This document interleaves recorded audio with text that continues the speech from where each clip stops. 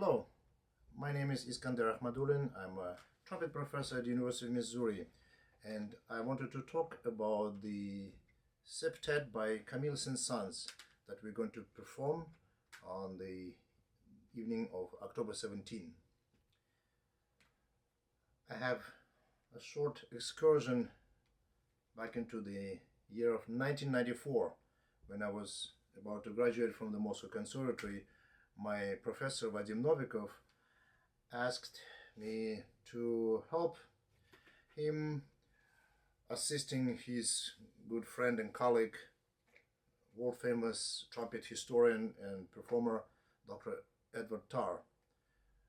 Edward Tarr was about to make a recording of romantic music for trumpet at the Moscow Conservatory, and they needed some string players. I asked several of my friends, and we were able to put together a group that was assisting Dr. Tarr on his recording project. One of the pieces that he performed on that album was a Septet by Camille Saint-Saëns, and that was the first time I got to hear it during that really fun project. Several years later, he sent me an album, a CD with an inscription saying, "For Iskander, with many thanks for making this recording possible." That was way too nice of him. And here I have the photo of Edward Tarr. Sadly, he passed away a few years ago. He was in his mid-80s. Since he was a great historian and musicologist, besides being a fantastic musician, his liner notes are always full of information and very eloquently written. So I'm just going to read what he wrote about the Septet by Camille Saint-Saëns. Although Saint-Saëns' opinions concerning musical aesthetics did not agree with the prevailing romantic conception, his neoclassical Septet, opus 65, composed in 1881, nevertheless rounds out our picture of those times. It is well known that the elegant classicist and stupendous piano virtuoso Saint-Saëns occupied himself, among other matters, with the music of the past. For example, he edited Rameau's collected works and was very much interested in old dances. Two of these, Minuet and Gavotte, are to be found in the present Septet. Since his latter-day creations do not correspond in every detail with their earlier models, we are tempted to think of those processes which brought forth contemporary currents, such as the neo-Gothic style. In any case, the Septet displays that clarity of form for which Saint-Saëns was often praised. The story of the Septet origins is worth telling. It has to do with the Parisian Chamber Music Association, founded in 1859 and called La Trompette, the trumpet. Émile Lemoine, one of the association's leading lights and one of to whom the Septet was dedicated, left the following note on the cover page of the original manuscript, which survives today in the Bibliothèque Nationale in Paris. Here's the story of the piece. For many years, I pestered my friend Saint-Saëns by asking him to write a serious piece for our evening sessions with La Trompette, which would display a trumpet together with the stringed instruments and piano, which we usually had. He first made fun of this bizarre instrumentation, answering that he would first write a piece for guitar and 13 trombones, etc. In 1879, on the 29th of December, he brought me, without a doubt because of my tenacity, a piece for trumpet, piano, quartet, and double bass with the title Preambule, and I had it performed on the 6th of January 1880 in our first session of the new year.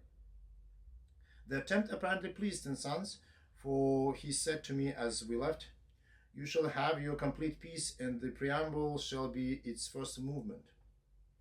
He kept his word, and the complete Septet, of which I am donating the autograph manuscript to the Conservatory Library, was performed for the first time on the 28th December 1880, as the inauguration of the evenings of the new season. Of course, the Septet can also be performed with one instrument per string part, but in the composer's opinion, it has a better effect in the quartet if quartet is doubled. It is also very beautiful with orchestra, as I have heard it in the Concerts Cologne, Paris, 2nd April 1894, Lim 1.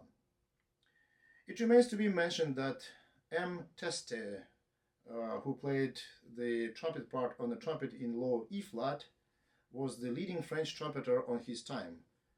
André-Joseph Leclerc called Teste born in 1840.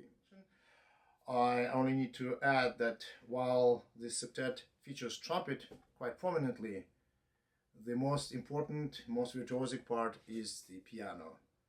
Strings also have some fun virtuosic lines, and I hope you will join us on Friday, October 17th, and enjoy the performance of the Saint-Saens septet for piano, trumpet, string quartet, and double bass.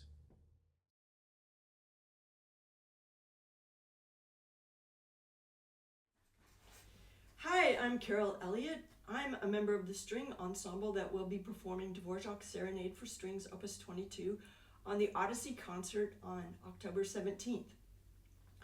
This piece was written in 1875 when Dvorak was just getting started in his career. He would have been in his mid-30s.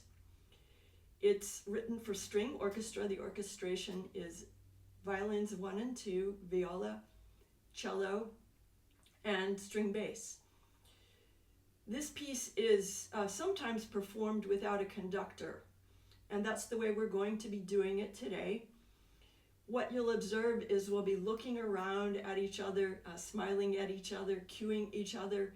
It's a collaborative effort which reflects the interpretation of the group of musicians as opposed to a group led by a conductor that primarily reflects the interpretation of the conductor. The piece is in 5 movements. We have an opening moderato, followed by a waltz, then a scherzo, a lively, joking movement. The next to the last 4th movement is a slow movement, a larghetto, and the piece ends with a finale. What I've been thinking about as I've been practicing this piece and trying to figure out the bowings like we string players do is what is the mood we're trying to convey? Dvorak has been described as an approachable composer. His music is not tormented like some of his romantic contemporaries. And I think that you will have an incredible sense of beauty and calm as you listen to this music. And another thing I've been thinking about is the way that Dvorak's music, this piece in particular, evokes an atmosphere of nostalgia. And I decided it's partly the way that he uses the coda. The coda is the musical tail of a piece. What often happens is in the coda is you'll hear a recalling of a theme that is first presented earlier in the piece, and you'll have a distinct sense of the music saying goodbye. So there's a feeling of nostalgia. You know the piece is going to end, and it's as though the composer is just waving farewell and perhaps even leaving on a train. I learned when I was researching this composition that Dvorak was a great fan of trains. So I want to show you a couple of the themes that you will hear reprised in the coda movement, and also the finale will repeat a couple of the themes from earlier movements. So be listening for that. So this is the beginning of the first movement.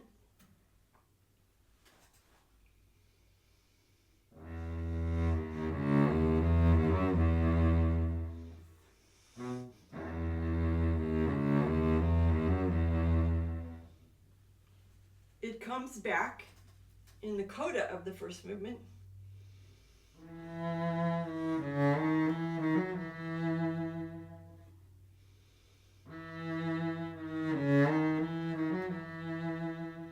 Here's the coda.